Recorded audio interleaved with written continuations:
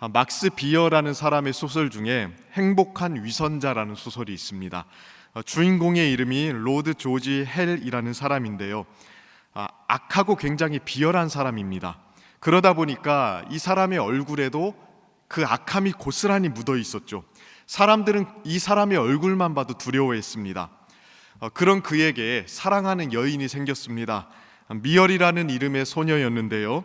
이 소녀는 조지 헬의 얼굴을 보고서는 저렇게 얼굴이 무섭게 생긴 사람과 결혼할 수가 없다며 이 조지 헬의 청혼을 거절합니다. 그러니까 조지 헬이 이 여인과 결혼하고 싶어서 고심고심한 끝에 방법을 하나 발견하게 되는데, 세상에서 가장 인자하고 거룩해 보이는 가면을 쓰고 그녀에게 청혼을 하는 거예요. 근데 진짜로 이게 통했습니다. 소설이지만요, 통했습니다. 그래서 결국 사랑하는 여자와 결혼에 성공하게 돼요. 근데 문제는 여기서부터죠. 결혼을 하게 된 그는 날마다 자신의 위선을 감추려고 애를 쓰게 됩니다. 최대한 좋은 사람 같이 보이려고 끊임없이 매 순간순간 노력하게 돼요. 매 순간 자기의 나쁜 성과를 누르느라고 고생을 하며 삽니다. 그렇게 몇 년을 버티며 살았는데, 어느 날 이 조지 헬의 과거를 알고 있던 친구가 나타나요. 그는 조지 헬이 지금 가면을 쓰고 위선을 떠는 것이라며 폭로하고 맙니다. 그리고 그 아내가 보는 앞에서 이 조지 헬의 가면을 벗겨버립니다. 어떻게 되었을까요? 가면이 벗겨졌는데 거기에는 흉측한 얼굴이 없었습니다. 오히려 거룩하고 인자한 얼굴이 딱 드러난 겁니다. 그러니까 매일같이 이 나쁜 성과를 죽이려고 매일같이 노력하다 보니까 진짜 얼굴이 바뀌어버린 겁니다. 그래서 가면을 벗겨놓으니까 오히려 인자한 얼굴이 드러났던 거예요. 이 얘기는 소설이지만 우리에게 아주 좋은 교훈을 주죠. 내면을 어떻게 갖추느냐에 따라서 그 사람의 겉모습, 인상이든 행동이든 표정이든 이런 것들이 달라진다는 겁니다. 그 옆에 분들 한번 인상을 한번 보지 마십시오. 네. 원래 그 인상은 과학이라고요. 숨길 수가 없습니다. 그러니까 내면의 상태와 외적인 나타남은 절대로 떨어지지 않는다는 거예요. 연결되어 있다는 거죠. 근데 이건 우리의 경건을 생각할 때에도 마찬가지입니다. 내면과 외면의 연결성을 알고 이 균형을 유지하는 게 경건 생활에 있어서 굉장히 중요합니다. 그러니까 내면도 중요하고 이 내면이 외적으로 드러나는 것도 중요한 것이죠. 이 두 부분을 잘 붙잡고 심도 있게 설명하는 성경이 바로 야고보서입니다. 야고보서는 말씀을 행하는 것에 대한 중요성을 매우 강조하는 성경으로 우리에게 알려져 있죠. 특별히 제가 시간이 날 때마다, 기회가 될 때마다 1장 내용을 계속해서 설교하고 있었는데요. 25절 말씀을 보면 참된 신앙을 가진 사람을 향해서 이렇게 표현해요. 자유롭게 하는 온전한 율법을 들여다보고 있는 사람. 그러면서 복음에 의해서 참되게 변화된 이 사람의 특징이 뭐냐면 말씀을 듣고 잊어버리는 게 아니라 실천하는 사람이라고 이야기합니다. 그러니까 참된 경건을 가진 사람, 또 참된 신앙을 가진 사람은 언제나 말씀을 실천한다는 겁니다. 그리고 말씀을 실천하는 사람에게서 나타나는 주된 특징을 26절과 27절에서 세 가지로 요약해서 이야기해주고 있는 겁니다. 첫 번째로는 말에 대한 것을 이야기하죠. 26절을 보면 이렇게 이야기합니다. 같이 한번 읽어볼까요? 26절 함께 읽습니다. 시작. 누구든지 스스로 경건하다 생각하며 자기 혀를 재갈 물리지 아니하고 자기 마음을 속이면 이 사람의 경건은 헛것이라. 네. 경건한 사람의 첫 번째 특징은 입을 제어할 수 있다는 것, 이거였습니다. 두 번째는 뭡니까? 고아와 과부를 돌보는 거죠. 27절인데요. 우리 화면을 보고 중반절까지 한번 읽어보겠습니다. 시작. 하나님 아버지 앞에서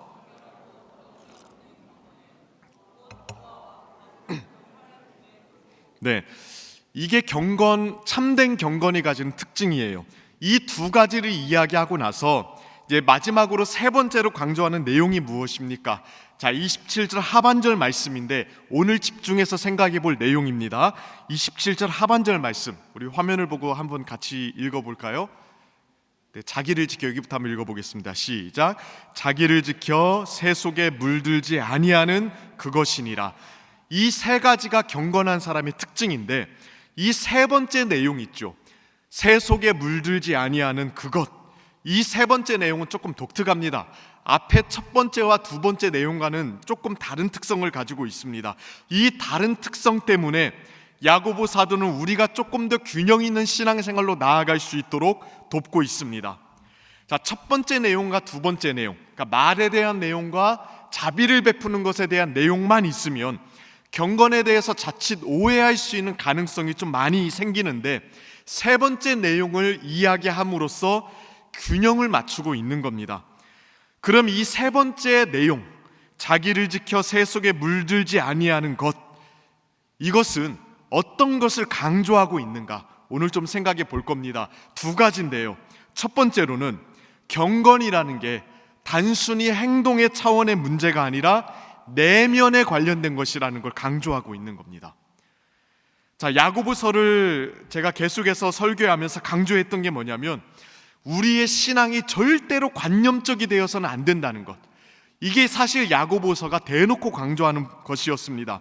우리가 가진 믿음이라는 것은 반드시 행동을 통해서 나타나야만 된다는 거예요. 아니, 조금 더 정확하게 이야기하자면, 우리 안에 참된 믿음이 있으면 그 믿음은 올바르게 표현될 수밖에 없다는 겁니다. 그런데 이러한 강조 속에는 언제나 늘 위험성이 도사리고 있어요. 행동주의의 위험이죠. 혹은 도덕주의라고도 표현할 수 있습니다. 그러니까 행동주의 혹은 도덕주의의 위험이 있습니다. 그러니까 이게 뭐냐면, 실천, 행동, 순종 이런 것들만 강조하는 거예요. 그러다 보니까 신앙이라는 것을 단지 행동의 차원 혹은 도덕적인 옳음의 차원에서만 생각하는 겁니다. 우리의 내면이 어떻게 변화되고 있고 우리의 마음이 어떤 상태에 있는가는 관심 가지지 않는 거예요. 그저 어떤 행동을 했는가, 그 행동이 기독교에서 이야기하는 것과 비슷한가에 대해서만 생각합니다. 그리고 만약 그 행동이 기독교에서 강조하는 것과 얼추 비슷하면 너무나도 쉽게 참신앙을 가졌다고 평가해버리는 거예요. 이러한 생각은요, 매우 비성경적입니다. 신앙의 내면적인 것만 강조하고 순종, 실천 이런 것들을 놓치는 것도 문제지만, 반대로 행동적인 것만 강조하고 우리의 신앙의 더 본질적인 내용인 내면의 상태, 마음의 상태를 놓치는 것 또한 굉장히 위험합니다. 근데 우리는 이러한 경우를 어렵지 않게 볼 수가 있어요. 진짜 그 사람의 중심이 거듭났는가? 그 사람의 마음이 회심해서 진짜 새롭게 되었는가? 그 사람의 중심 속에 진짜 예수님 믿는 사람다운 특징이 있는가? 이런 것들은 전혀 관심이 없습니다. 그냥 교회 나오는가? 아니면 술, 담배 하지 않는가? 성격이 고상한가? 생활태도가 도덕적인가? 그 사람의 말투가 세련됐는가? 그 사람의 헌금 생활이 괜찮은가? 얼마나 많은 섬김을 감당하고 있는가? 그 섬김은 또한 얼마나 철저하게 하고 있는가? 그러니까 이런 것들을 신앙의 가장 본질적인 것으로 생각하고 또한 유일한 것으로 생각한다는 거예요. 그리고 이런 것들만 그냥 갖추면, 그러니까 겉모습으로 이런 것들을 갖추면 너무나도 쉽게 참 기독교 신앙을 가졌다고 스스로 평가하는 겁니다. 그러니까 자기를 볼 때나 다른 사람을 볼 때나 이 기준을 가지고 접근하는 것, 이게 행동주의 혹은 도덕주의라고 이야기합니다.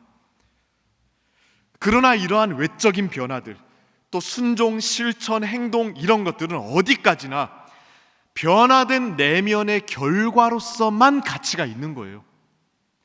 마음이 변화된 결과로서 이런 것들이 나와야 그게 올바른 거고 가치가 있고 신앙적으로 올바른 위치에 있게 되는 것이지, 마음의 변화가 없는데 그냥 이러한 행동들만 있다고 해서 그것들이 참된 신앙이라고 평가받을 수가 없다는 겁니다.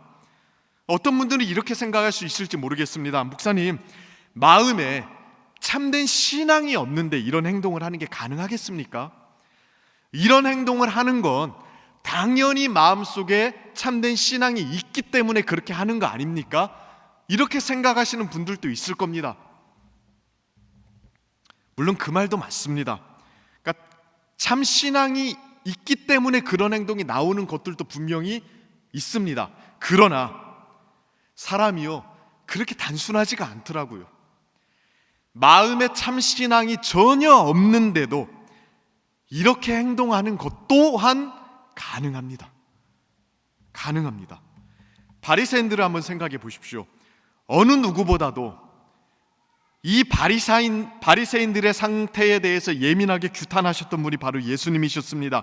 당시 종교 지도자들에게 예수님께서 이렇게 말씀하셨죠. 마태복음 23장 25절부터 보시면 이렇게 이야기합니다. 화 있을진저 외식하는 서기관들과 바리새인들이여, 잔과 대접의 겉은 깨끗하되 그 안에 탐욕과 방탕으로 가득하게 하는도다. 눈먼 바리새인이여, 너는 먼저 안을 깨끗이 하라. 그러면 겉도 깨끗하리라. 서기관들과 바리새인들의 문제가 무엇이었습니까? 행동이 문제가 아니에요. 그들의 겉모습은 완벽에 가까웠습니다. 그들의 행실은 언제나 결벽스러웠습니다. 오늘날 교회 안에 이렇게 철저하고 열심 있게 신앙생활하는 사람이 있다면 아마 칭찬받았을 거예요. 중직자 선거하면 1등이었을 겁니다. 그런데 문제는 뭡니까? 예수님이 통찰하셨던 그들의 문제점은 무엇입니까? 속이 문제죠. 속이. 그들의 속이 탐욕과 방탕으로 가득하대요. 예수님은 이 상태를 묵과하지 않으셨습니다. 그들의 행동이 율법적으로 아무리 괜찮다고 해도 안심하지 않으셨습니다. 아니, 행동이라도 그렇게 하는 게 어디냐라고 격려하지도 않으셨습니다. 아무리 행동이 도덕적이고 신앙적이라도 속이 변화되어야 된다고 이야기하셨어요. 속마음이 깨끗해야 된다고 이야기하셨습니다. 마음이 새롭게 되지 않으면 바리새인들이 그토록 철두철미하고 결벽에 가깝게 순종하는 게 아무 의미가 없다고 말씀하신 겁니다. 우리도 마찬가지 아니겠습니까? 교회 출석하는 것, 한국교회 안에서는 또한 금주하는 것, 금연하는 것, 어느 정도 높은 도덕적인 수준과 교양을 유지하는 것, 헌금하는 것, 기부하는 것, 마음속에 참 믿음이 없어도 이 정도는 합니다. 사람이 꽤 대단하더라고요. 이 정도는 할 수 있습니다. 참 생명이 없어도요, 죽은 정통 속에 있어도요, 이 정도는 할 수 있습니다. 서구 기독교를 보십시오. 잘못된 이러한 강조와 초점 때문에 생명력을 잃어버리지 않았습니까? 그들은 기독교의 본질을 우리 영혼 속에 이루시는 하나님의 구원 역사에 두지 않았습니다. 우리를 거듭나게 하고 새 생명을 심어주고 우리의 내면을 송두리째 바꿔놓으시는 성령의 역사에 기독교의 본질을 두지 않았습니다. 그러다 보니까 그저 바른 일하는 것, 도덕적으로 올바른 선택하는 것, 사회적으로 여러 도움이 되는 일들 하는 것, 이런 것들에만 기독교 신앙에 초점을 맞추었더라고요. 그 사람의 상태가 어떤지, 그 사람의 어떤 영적 상태에 있는지, 그가 어떤 믿음을 가지고 있는지와 상관없이 그냥 기독교에서 가르치는 또는 강조하는 이러한 행동들을 엇비슷하게 가지고 있으면 참된 신앙을 가졌다고 생각을 했습니다. 그러니까 거듭나지 않아도, 참 생명이 없어도, 내면이 송두리째 바뀌는 성령의 역사가 없어도, 심지어는요 반기독교적인 사상과 생각과 태도를 가지고 있어도, 그들의 행동이 성경에서 가르치는 좀 도덕과 조금 비슷하고 성경에서 강조하는 어떤 미덕들과 조금 흡사하면 기독교적이라고 이야기했습니다. 그러다 보니까 메마른 행동, 건조한 도덕적 오름, 허탈한 사회적 몸부림, 이런 것들만 남았던 것이죠. 그렇게 서구 교회는 교회의 생명력을 잃어버렸습니다. 그런데 오늘 본문을 보십시오. 말씀을 행하는 것을 계속해서 강조하다가 방향을 선회해서 야고보가 뭘 강조합니까? 27절 말씀 우리 다시 한번 읽어볼까요? 하나님 아버지 앞에 정결하고 더러움이 없는 경건은 곧 고아와 과부를 그 환난 중에 돌보고, 같이 읽습니다. 또 자기를 지켜 새 속에 물들지 아니하는 그것이니라. 자, 참된 경건이란 무엇입니까? 단순히 행동에 관련된 것만이 아닙니다. 혀에 재갈을 물리고 고아와 과부를 환난 중에 돌보는 것만이 경건이 아닙니다. 참된 경건이라는 것은 더 깊은 차원의 것입니다. 자신을 세상에 물들지 않게 지키는 거래요. 단순히 행동만, 이런 행동 저런 행동 하는 것만이 아니라 내면의 상태와 관련되어 있습니다. 자기의 마음을, 존재 상태를 세상에 물들지 않게 지키는 것이 경건입니다. 우리는 이 부분을 반드시 유념해야 됩니다. 신앙에 있어서 실천, 행동 너무 중요하죠. 그러나 그것보다 더 중요한 것은 그것을 행하는 그 사람의 존재 상태, 마음 상태입니다. 그 사람의 존재 상태가 새 속에 물들지 않아야 됩니다. 마음이 거룩함과 온전함을 갖추어야 됩니다. 생각해 보십시오. 그 사람의 마음 상태, 존재 상태가 새 속에 물들어서 엉망진창인데 기독교적인 구호와 슬로건 내걸고 기독교적인 윤리와 도덕 강조하고 기독교적인 이름으로 행사하고 기독교적인 이름으로 기부한다면 그게 여러분 참된 경건이라고 할 수 있습니까? 마음은 새 속에 물들어 있는데 그렇게 하는 것이 과연 참된 경건이라고 할 수 있겠습니까? 17세기의 헨리 스쿠걸이라는 목회자는 이 부분에 대해서 아주 중요한 통찰을 남겼습니다.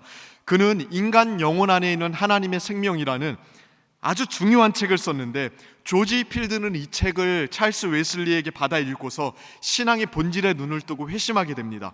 근데 거기서 헨리 스쿠걸이 신앙의 본질에 대해서 이렇게 말해요. 제가 좀 읽어드릴게요. 참된 신앙이란 하나님과 영혼의 연합이며 거룩한 성품, 곧 영혼에 요구되는 하나님의 바로 그 형상에 실제로 참여하는 것이다. 참된 신앙이 뭡니까? 영혼의 상태래요. 우리의 영혼의 상태가 하나님과 연합해 있는 것.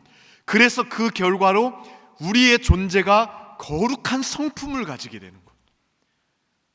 그게 신앙의 본질이라고 이야기합니다. 여기에서부터 기독교적인 행동들이 나오는 거예요. 이 상태로부터, 하나님과 영적인 연합되어 있는 이 상태로부터 순종도 나오는 거고 섬김도 나오는 거고 실천도 나오는 겁니다. 만약에 그 사람의 행동이나 움직임, 선택들 이런 것들이 기독교적이긴 한데 그 영혼이 하나님과 연합을 잃어버리고 새 속에 물들어 있다면 절대로 하나님 아버지 앞에 인정받는 경건이 될 수가 없습니다. 머지않아 그 사람은요 지칠 겁니다. 그래서 그 행동조차 내버리게 될 것입니다. 아니면 더 최악의 경우에는 바리새인들과 같이 되겠죠. 영적으로는 하나님과 무한히 멀어져 있는데 육체적으로는 신앙적인 것을 유지하는 위선에 빠지는 거예요. 그 조심해야 됩니다. 우리는 진짜로 이 부분에 염두에 두고 있는지, 우리의 존재 상태, 마음 상태가 하나님과의 연합을 누리고 하나님의 풍성한 은혜를 누려서 진짜 거룩한 됨됨이를 갖추고 있는지 그 부분을 먼저 점검해 보셔야 됩니다. 그래야 균형이 맞습니다. 두 번째 강조하고 있는 내용은요, 경건의 범위에 대한 거예요. 자, 경건의 범위가 전범위적이라는 겁니다. 자, 26절부터 27절까지 세 가지 경건의 특징에 대해서 이야기한다고 말씀드렸죠. 첫 번째와 두 번째 것을 보면 특정한 행동을 콕 집어서 이야기합니다. 첫 번째는 말에 대한 거죠. 자기 혀에 재갈을 물려야 된다고 이야기했죠. 그 두 번째 것은 뭡니까? 자비를 실천하는 거죠. 고아와 과부들, 특별히 환난 중에 있는 고아와 과부를 돌보는 것, 자비를 실천하는 겁니다. 그러니까 콕 집어서 어떤 행동을 해야 되는지 콕 집어서 이야기합니다.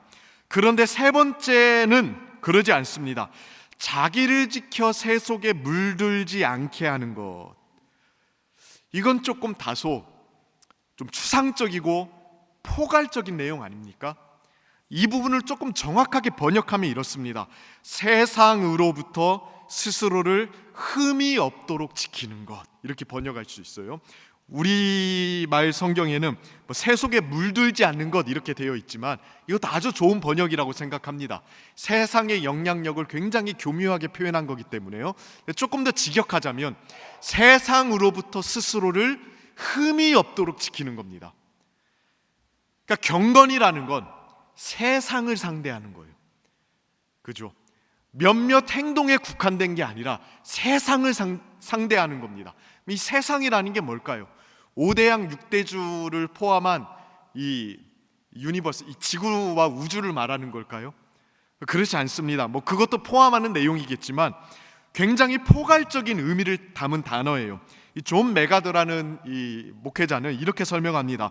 타락한 인류 전반과 그 인류가 지닌 불경건한 철학과 도덕 가치체계. 더글라스 무라는 수석학자도 이렇게 이야기하더라고요. 창조주에게서 떨어져 있는 인간의 삶을 특징 짓는 경건하지 않는 세계관과 생활 방식. 존 스토트는 더 축약해서 이야기합니다. 세상이란 불신자들의 사회. 존 스토트는 세상이란 불신자들의 사회. 그러니까 세상이라는 게 콕 집어서 무엇인지 말을 하기가 좀 어렵죠.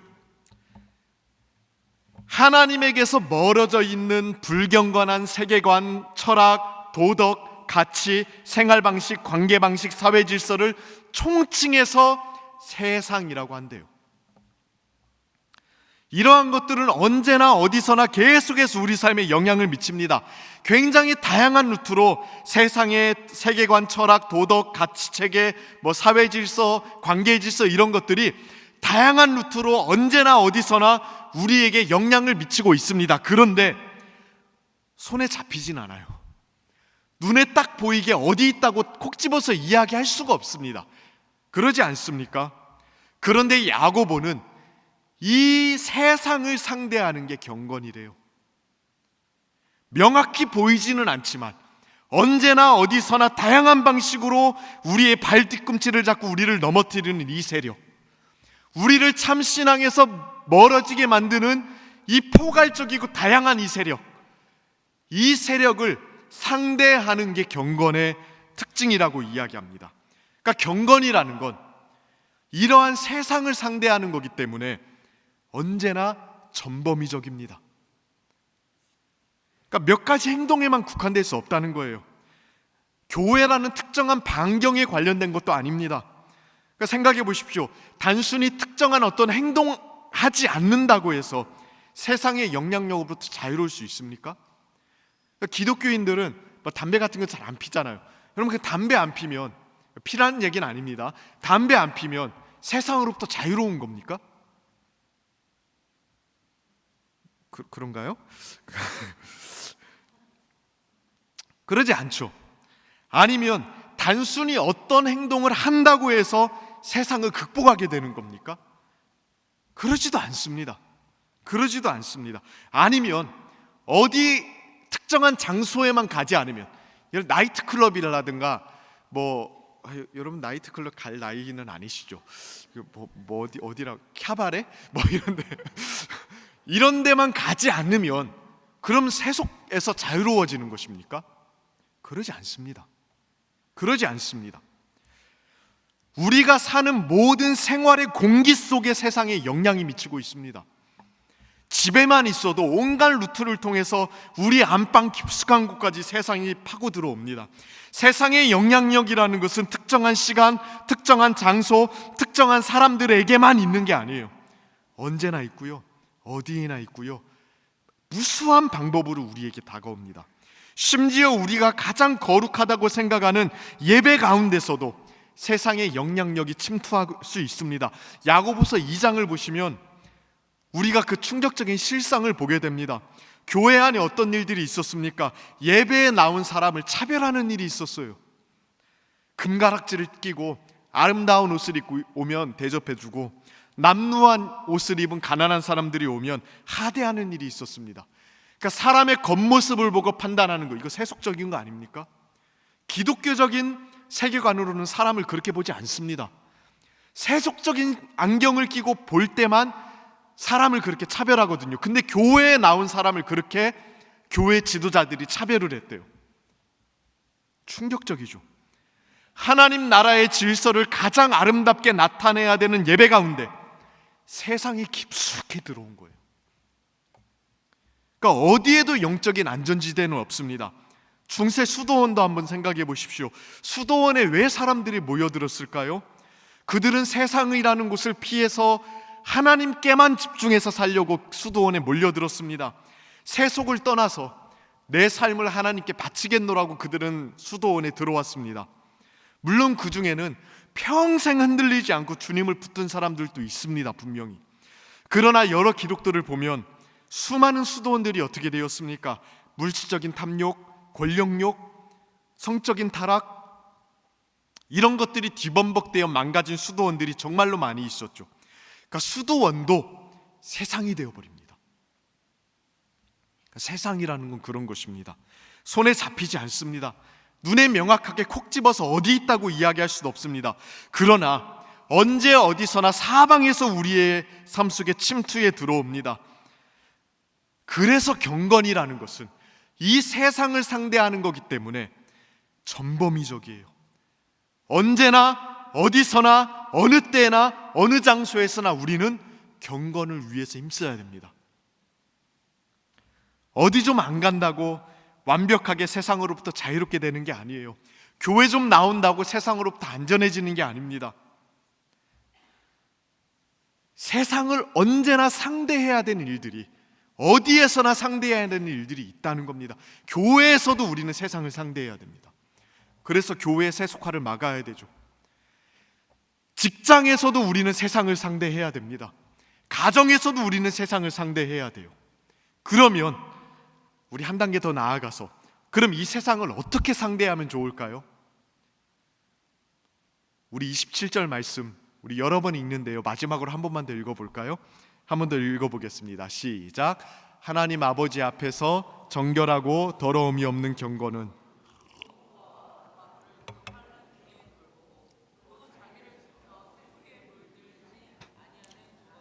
네, 자, 세상을 어떻게 돼야 된다고 이야기합니까? 세상으로부터 흠이 없도록 자신을 어떻게 해요? 지키래요. 저는 이 부분을 좀 묵상하면서 좀 심심하다는 생각이 들었습니다. 사실 우리는 세상과 관련해서 이러한 표현을 많이 쓰지 않습니다. 생각보다 세상과 관련한 표현을 쓸 때는 조금 더 공격적인 표현을 좀 많이 씁니다. 세상을 이긴다, 그죠? 세상을 극복하자, 세상을 변화시키자, 대부분 이러한 워딩을 많이 사용하죠. 그런데 오늘 본문은 조금 소극적이고 방어적 아닙니까? 세상으로부터 스스로를 지키자는 겁니다. 근데 이게 경건이라고 이야기해요. 그러니까 세상을 이긴다거나 세상을 공격해서 변화시킨다거나 하는 식의 표현이 아니죠. 그래서 가슴이 뜨거운 사람들 입장에서 보면 이 야고보의 명령이 성에 차지 않을지 모르겠습니다. 하지만 가만히 묵상하다 보니까 이 명령이 굉장히 현실적이고요, 굉장히 실천적이더라고요. 우리가 세상이라는 것을 상대하면서 1차적으로 심혈을 기울여야 되는 것은 세상을 이기는 게 아닙니다. 세상을 이기려고 노력하는 건 두 번째 문제고요, 가장 먼저 노력해야 되는 것은요, 세상으로부터 내 자신을 지키는 거예요. 지키는 거예요. 물론 성경에도요, 세상을 이긴다는 표현이 분명히 있습니다. 요한복음 16장 33절을 보면 예수님께서 이렇게 말씀하셨어요. 너희가 환난을 당하라 담대하라, 내가 세상을 이기었노라. 요한일서는 더 적극적으로 이야기합니다. 요한일서 5장 4절인데요, 무릇 하나님께로부터 난 자마다 세상을 이기느니라. 세상을 이기는 승리는 이것이니 우리의 믿음이니라. 분명히 세상을 이기는 게 있습니까, 없습니까? 있습니다. 예수님께서도 세상을 이기셨고 예수를 믿는 믿음이 세상을 이긴다고 이야기하지 않습니까? 신앙생활을 하면서 우리는 때때로 이 세상을 이기는 것을 경험하기도 합니다. 그러나 동시에 우리가 붙잡아야 될 게 뭐냐면 이 세상이라는 게 단번에 뚝딱 극복되는 것은 아니라는 겁니다. 그러니까 세상과 치열한 영적인 싸움을 싸우다가 이기는 때가 있습니다. 그러나 그렇게 이긴다고 해서 세상이라는 실체 전체가 뚝딱 극복되는 건 아니라는 거예요. 하나님을 떠난 불경건한 철학, 사상, 도덕, 가치체계, 사회질서, 관계질서 이런 것들이 다 세상 아닙니까? 이러한 세상은요, 아담이 타락한 이후부터 지금까지 한 번도 사라진 적이 없습니다. 늘 거대한 영향력, 큰 힘을 가지고 신자의 삶과 교회를 병들게 만들었죠. 가끔은 강력한 성령의 역사로 세속의 힘이 꺾이는 때가 있었습니다. 부흥의 때 그랬죠. 그때는 교회가 놀라운 생명력을 나타내서 번성을 했고요, 하나님 나라의 복된 모습들이 우후죽순 나타나곤 했었습니다. 술집이 문을 닫고요, 거짓되고 세속적인 말들이 사라졌습니다. 예배의 자리는 사람이 넘치는 일들이 있었어요. 우리나라에도 1907년 평양에서 그런 일들이 있지 않았습니까? 그때는 평양을 가리켜서 동방의 예루살렘이라고 선교사들이 불렀습니다. 18세기의 조나단 에드워즈 같은 사람들은 그런 부흥의 중심지에 있으면서 이제 세상의 영향력은 점점 사그러들고 천년 왕국이 미국에 펼쳐질 거라고 생각까지 했었습니다. 그만큼 성령께서 강력하게 역사하시고 세상을 뒤바꿔 놨을 때도 있습니다. 분명히 언제나 우리는 그때를 사모해야 되죠. 그러나 그렇다고 해서 세상이라는 이 세력이 통째로 사라지진 않았다는 것. 다시 시간이 지나자 어떻게 되었습니까? 세속의 영향력은 교회로 다시 침투했고요, 신자들은 다시 무기력해지기 시작했습니다. 교회가 세상을 이기고 신자가 세상을 이길 때도 있었습니다만 세상이 완전히 정복될 때는 없었다. 변함없이 그 성격 그대로 남아있으면서 우리의 신앙과 교회를 병들게 하는 일들이 계속해서 진행되어 왔습니다. 주님 다시 오실 때까지 세상은 그럴 겁니다. 세상은 그럴 겁니다. 그러면 이 세상에 대해서 우리가 할 수 있는 가장 현실적인 게 무엇입니까? 지키는 거예요. 지키는 거예요. 우리가 스스로 세상을 닮아가지 않는 게 먼저입니다. 그렇게 세상으로부터 자기를 계속해서 지키다 보면 세상을 이기기도 하는 거죠. 근데 세상의 영향력으로부터 자신을 지키지 못하면 절대 세상을 이길 수 없습니다. 이게 안 되면 세상과 비벼볼 수가 없는 겁니다. 그래서 게르하르트 로핑크라는 이 사람이 교회에 대한 책을 쓰면서 이렇게 이야기를 했어요. 제가 좀 읽어드리겠습니다. 교회는 교회 자신을 위해서가 아니라 오로지 세상을 위해서 존재하는 바로 그 까닭에 교회가 세상으로 변해서는 안 되며 교회 본연의 모습을 간직하고 있어야 한다. 교회가 본 뒤 그 모습을 잃고 빛이 꺼지며 그 소금이 싱거워진다면 그런 교회는 어떤 사회도 개혁할 수 없다. 그런 때는 선교 활동도 소용없으며 아무리 활발하게 대외적으로 사회 참여 활동을 벌여봐야 헛일이다. 굉장히 뼈아픈 이야기 아닙니까? 교회가 세상에 물들지 않는 본연의 모습을 가지고 있어야 비로소 세상을 바꿀 수 있대요. 비로소 선교도 할 수 있다고 이야기합니다. 선교 활동을 하든 대외 사회 참여를 하든 교회가 세속에 물들면, 그래서 세상을 닮아가 버리면 어떤 것도 바꿔낼 수가 없답니다. 오히려 교회가 세속화되면 교회가 하는 활동들은 다 세상에 힘을 더해주는 꼴이 됩니다. 같은 편으로서 하는 일들이 돼버리는 겁니다. 그러니까 세상에 대한 가장 우선적인 태도는 지키는 거예요. 하나님 백성으로서의 그 거룩한 정체성, 하나님 백성들의 모임으로서 그 정체성을 세속에 물들지 않게 지켜내는 거예요. 이 점은 에베소 6장을 봐도 잘 알 수 있죠. 사탄과의 전투에 임하는 하나님 백성들에게 사도 바울은 에베소 6장에서 전신갑주를 입으라고 이야기합니다. 여기서 공격 무기는 하나밖에 없어요. 성령의 검, 곧 말씀이죠. 나머지는요 다 방어 무기입니다. 진리의 허리띠, 의의 호심경, 복음의 신발, 믿음의 방패, 구원의 투구, 다 방어 도구들이에요. 그러니까 사탄의 공격을 막아내지 않으면 칼도 못 드는 거예요. 사탄의 공격을 막아내지 못하면 성령의 검 휘둘러 볼 수도 없는 겁니다. 안타깝게도 우리는 이 부분에서 실패한 경우들을 얼마나 많이 보는지 모릅니다. 세상을 변화시키겠다고 시작했지만 결국 세속화되어서 무너진 사람들, 단체들, 교회들 정말 많습니다. 세상을 바꾸겠다고 나섰지만 실상을 들여다보면 세속적으로 변질되어 사실은 어떠한 거룩한 영향력도 발휘하지 못하는 경우들도 많습니다. 스스로를 지키는 게 먼저예요. 자신을 하나님 앞에 거룩한 백성으로서 지켜내는 이 싸움을 제대로 싸워내는 게 먼저입니다. 개인적으로나 교회적으로나 그렇습니다.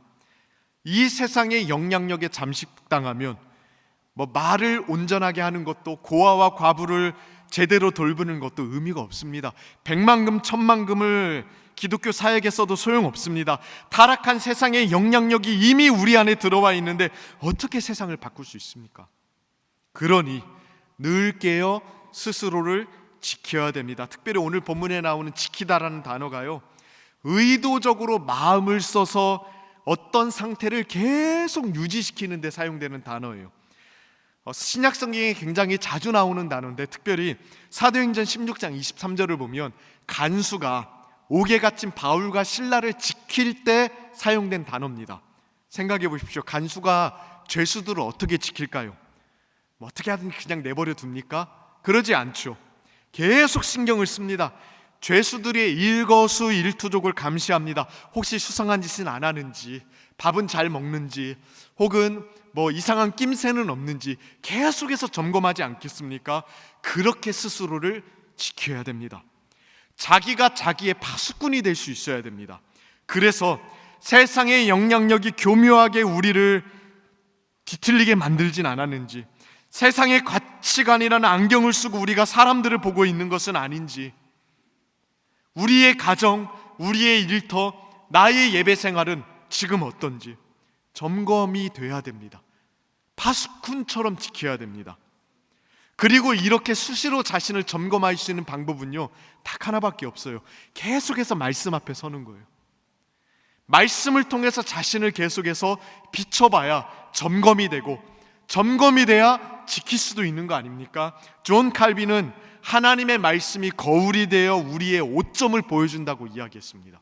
그러니까 말씀이 우리를 비춰주는 거울이래요. 교회 오시기 전에 거울 보시면서 화장도 하시고 머리도 빗고 하셨을 것입니다. 거울을 봐야 자기의 상태를 볼 수 있는 것처럼 말씀을 봐야 자기의 상태가 점검이 되고, 점검이 돼야 지킬 수 있는 겁니다. 올 한 해 우리는 하나님께서 우리에게 허락하신 많은 일들을 감당하게 될 것입니다. 무엇보다 이 일들을 감당하면서 하나님 앞에 자신을 지키는 일에 누구보다도 앞장서는 여러분들 되기를 바랍니다. 마음을 지킴으로 인하여 다른 무엇보다도 일 조금 못해도 괜찮습니다. 그러나 하나님 앞에 거룩한 마음은 잃어버리지 않고, 하나님 백성으로서의 그 자존감과 자존심은 잘 지켜나감으로써 세상에 물들지 않은 경건을 고수해 나가는 우리 성도님들 되길 축복합니다. 그래서 마침내는 세상을 이기고 세상을 변화시키는 그 능력에까지 이르게 되는 복된 성도님들의 삶이 되기를 주님의 이름으로 축원하고 축복합니다. 우리 이 시간 함께 찬양